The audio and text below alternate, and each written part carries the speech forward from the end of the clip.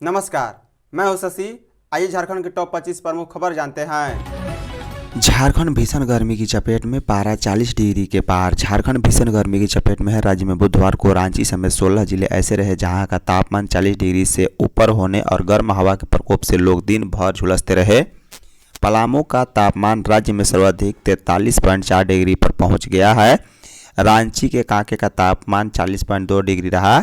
उधर गढ़वा, चतरा और आसपास के क्षेत्रों में भी चिपचिपी उमस और गर्म लहर लोगों को परेशान करती रही। मौसम केंद्र के अनुसार गुरुवार को 5 जिले गढ़वा, पलामू, लातेहार, लोहरदगा, गुमला को छोड़कर राज्य के अधिकांश जिलों में तेज हवा और गरज के साथ बूंदाबांदी भी हो सकती है। वहीं मंगलवार की रात व बुधवार को कई शहरों में आंधी व गरज के साथ छिटपुट बारिश हुई है। हालांकि इस बारिश ने कुछ जिलों में उमस बढ़ा दी है। उधर सरायकेला व पश्चिमी सिंहभूम के बहरागोड़ा में तेज हवा के साथ बारिश हुई है। इससे कोल्हान के जिलों में गर्मी से राहत मिली है। बारिश के दौरान देवघर में वज्रपात से एक व्यक्ति की मौत भी हुई है। वहीं कुछ के घायल होने की भी सूचना है। बता दें कि बढ़ती गर्मी के बीच ब्लड बैंक में भी रक्त की सुरक्षा को लेकर रांची के अस्पतालों में सुविधाएं बेहतर हैं। रिम्स व सदर अस्पताल ब्लड बैंक में उच्च गुणवत्ता वाले विशेष रेफ्रिजरेटर का उपयोग किया जा रहा है। झारखंड में एक साथ 25 नक्सली छोड़ेंगे हथियार। झारखंड में भाकपा माओवादी संगठन के सशस्त्र उग्रवादियों का सबसे बड़ा सरेंडर गुरुवार को पुलिस मुख्यालय में होगा। भाकपा माओवादियों के ईस्टर्न रीजनल ब्यूरो के मुख्यालय सरांडा में 2 दशक से सक्रिय माओवादियों की सबसे बड़ी टुकड़ी पुलिस मुख्यालय में डीजीपी तदासा मिश्रा के समक्ष सरेंडर करेंगी। वहीं भाकपा माओवादियों के पोलित ब्यूरो सदस्य व 1 करोड़ के इनामी मिसिर बेसरा के दस्ते में सबसे बड़ी टूट के बाद एक साथ 25 माओवादी सरेंडर कर रहे हैं। इनमें 6 सब जोनल और 6 एरिया कमांडर और 13 सशस्त्र कैडर शामिल हैं। माओवादियों 1 LMG इंसास और 4 इंसास राइफल, 9 SLR व 1 0.303 बोल्ट राइफल, 1 देसी पिस्टल, 27 मैगजीन, 2857 कारतूस, 8 वॉकी टॉकी भी सौंपेंगे। बेसरा के दस्ते के खिलाफ चल रहे अभियान के बाद माओवादियों पर मुख्य धारा में लौटने का दबाव भी बना है। आने वाले दिनों में आश्विनी और चंदन लोहरा जैसे बड़े उग्रवादी भी सरेंडर करेंगे। झारखंड के 24 जिलों में कॉलेजों में फूटा छात्रों का गुस्सा। झारखंड में उच्च शिक्षा विभाग की ओर से विश्वविद्यालयों में क्लस्टर व्यवस्था पर प्रावधान किए जाने के विरोध में बुधवार को अखिल भारतीय विद्यार्थी परिषद की ओर से पूरे राज्य में विरोध प्रदर्शन किया गया। रांची, जमशेदपुर, धनबाद, बोकारो, हजारीबाग, पलामू, साहेबगंज, गोड्डा, पाकुड़, जामताड़ा, सिमडेगा, गुमला, पश्चिमी सिंहभूम, गढ़वा, चतरा सहित सभी 27 संगठनात्मक जिलों के प्रत्येक कॉलेज में स्थानीय इकाइयों के नेतृत्व में कार्यकर्ताओं व विद्यार्थियों ने उच्च शिक्षा विभाग और झारखंड सरकार का पुतला दहन किया है। ABVP की केंद्रीय कार्य समिति सदस्य कुमारी दिशा ने कहा है कि बेहतर दुर्भाग्यपूर्ण है कि वातानुकूलित कमरों में बैठकर बनाई गई इस तरह की नीतियां झारखंड के सुदूर ग्रामीण क्षेत्रों के विद्यार्थियों की जमीनी हकीकत से कोसों दूर है। परिषद मांग करता है कि किसी भी नीति को लागू करने से पहले उच्च शिक्षा विभाग अपनी क्षमता का आकलन करे और राज्य के ग्रामीण व आर्थिक रूप से वंचित छात्र छात्राओं के हितों को सर्वोपरि रखकर निर्णय ले। छात्र प्रतिभा सम्मान समारोह जून में। Public school and children welfare association पासवा जून के अंतिम सप्ताह में छात्र प्रतिभा सम्मान समारोह आयोजित करेगा। खेलगांव स्थित हरिवंश टाना भगत इंडोर स्टेडियम में होने वाले कार्यक्रम की अध्यक्षता पूर्व वित्त मंत्री डॉक्टर रामेश्वर उरांव करेंगे। समारोह में CBSE, ICSE और जैक के 10वीं व 12वीं के मेधावी छात्र छात्राओं को सम्मानित भी किया जाएगा। विद्यार्थियों के लिए जल्द ही व्हाट्सएप नंबर जारी होगा जिसके माध्यम से वे निःशुल्क पंजीकरण करा सकेंगे। आयोजन को लेकर बुधवार को राजकीय अतिथिशाला में बैठक हुई है। पासवा के राष्ट्रीय अध्यक्ष आलोक कुमार दुबे ने बताया है कि आमतौर पर 90% से अधिक अंक पाने वाले को ही सम्मान मिलता है, लेकिन पासवा का उद्देश्य कठिन परिस्थितियों में भी उत्कृष्ट प्रदर्शन करने वाले सभी छात्रों का मनोबल बढ़ाना है। तैयारियां शुरू हो चुकी है। बैठक में लाल किशोर नाथ साहदेव और डॉक्टर राजेश गुप्ता, डॉक्टर सुषमा केरकेट्टा, मिक्कू प्रसाद, डॉक्टर तनवीर अहमद और रशीद अंसारी भी मौजूद थे। मधुमक्खियों के हमले से 25 लोग घायल, 2 गंभीर। बुड्डू नगर पंचायत कार्यालय परिसर में बुधवार सुबह मधुमक्खियों के हमले से अफरा तफरी मच गई है। घटना में नगर पंचायत के सुपरवाइजर उमेश समेत 25 सफाई कर्मी घायल हो गए, जानकारी के अनुसार सुबह करीब 7 बजे सभी सफाई कर्मी ड्यूटी ज्वाइन करने के लिए नगर पंचायत कार्यालय में जमा हुए थे। कार्यालय से सटे पानी टंकी में मधुमक्खियों ने लंबे समय से कई छत्ते बना रखे हैं। प्रत्यक्षदर्शियों के मुताबिक किसी पक्षी के छत्ते से टकराने के बाद मधुमक्खियां आक्रामक हो गई और आसपास मौजूद लोगों पर हमला कर दिया। स्थिति ऐसी हो गई कि लोग जान बचाने के लिए इधर उधर भागने लगे। कई लोग झाड़ियों और कमरों में छिप गए। घटना के बाद नगर पंचायत अध्यक्ष जितेंद्र उरांव और वार्ड पार्षदों की मदद से सभी घायलों को बुड्डू अनुमंडलीय अस्पताल पहुंचाया गया। अस्पताल की चिकित्सक डॉक्टर सुषमा ने बताया कि कार्तिक बांस महली और छोटू उरांव की स्थिति गंभीर है। दोनों को निगरानी में रखा गया है।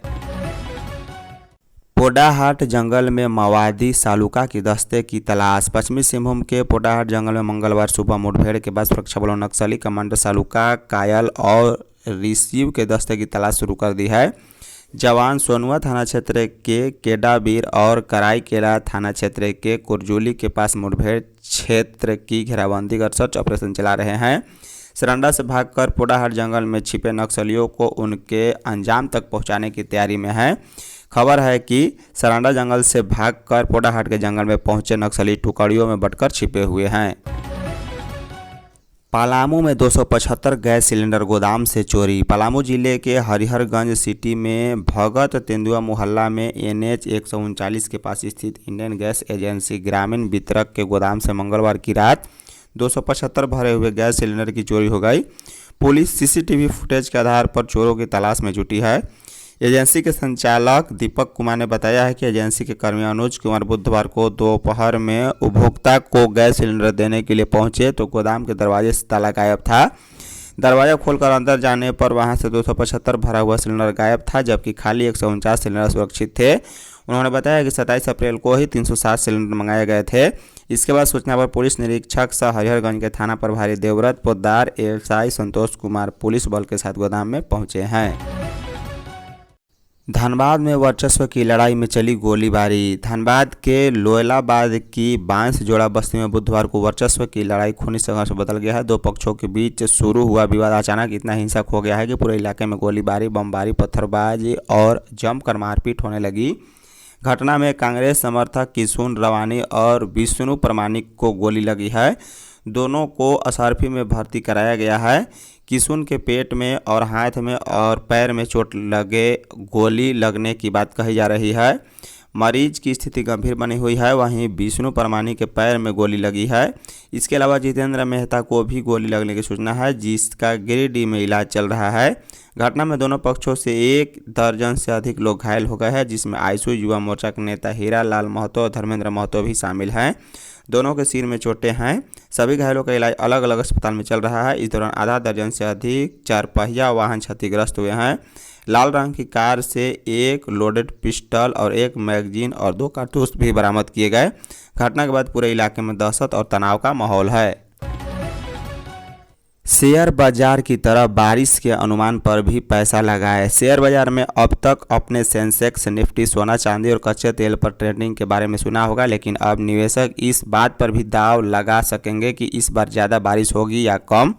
देश में 29 मई से दुनिया का पहला बारिश आधारित नेफॉल इंडेक्स रेन मुंबई शुरू होने जा रहा है। इसके जरिए निवेशक और कंपनियां मानसून के उतार चढ़ाव पर दांव लगा सकेंगी। इस नए कारोबारी सूचकांक को national commodity and derivative exchange शुरू कर रहा है। इसके जरिए अब खुदरा और बड़े निवेशक, बिजली कंपनियां और एग्री प्रोसेसिंग कंपनियां बारिश के कम या ज़्यादा होने का अनुमान लगाकर दांव लगा सकेंगी। यह ट्रेंडिंग दक्षिण पश्चिम मानसून के दौरान 29 मई से 30 सितंबर तक चलेगी। रांची में पहली बार डुरंड कप। प्रतिष्ठित फुटबॉल प्रतियोगिता डुरंड कप के मुकाबले अब झारखंड की राजधानी रांची में भी खेले जाने की तैयारी है। टूर्नामेंट के एक ग्रुप के प्रस्तावित मुकाबले मोराबादी स्थित बिरसा मुंडा फुटबॉल स्टेडियम में आयोजित होंगे। खेल विभाग के एक अधिकारी ने बताया है कि टूर्नामेंट की तैयारियां शुरू हो चुकी है। खिलाड़ियों को ड्रेसिंग रूम, मीडिया सुविधाओं और VIP इंफ्रास्ट्रक्चर के निर्माण के लिए लगभग 4 करोड़ रुपए की विस्तृत परियोजना रिपोर्ट तैयार की गई है। इसका टेंडर भी जारी कर दिया गया है। साथ ही टूर्नामेंट से पहले अस्थायी VIP व्यवस्था भी की जाएगी।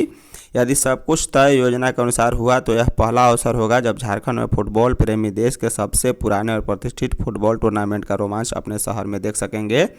जानकारी के अनुसार टूर्नामेंट के ग्रुप चरण के मुकाबले जुलाई के दूसरे सप्ताह को अगस्त के पहले सप्ताह के बीच खेले जा सकते हैं। झारखंड में बालू संकट टलने की उम्मीद बढ़ी। झारखंड में बालू संकट खत्म होने और अवैध खनन पर रोक लगाने की दिशा में बड़ी पहल हुई है। जमशेदपुर, रांची, बोकारो, दुमका, हजारीबाग, जामताड़ा समेत कई जिलों के उपायुक्तों ने बालू के लीज डीड साइन कर दिए हैं। अब इनके संचालन के लिए CTE और CTO की मंजूरी की प्रक्रिया तेज हो गई है। राज्य पर्यावरण प्रभाव आकलन प्राधिकरण की ओर से 35 नए बालू घाटों को पर्यावरण स्वीकृति भी मिल गई है।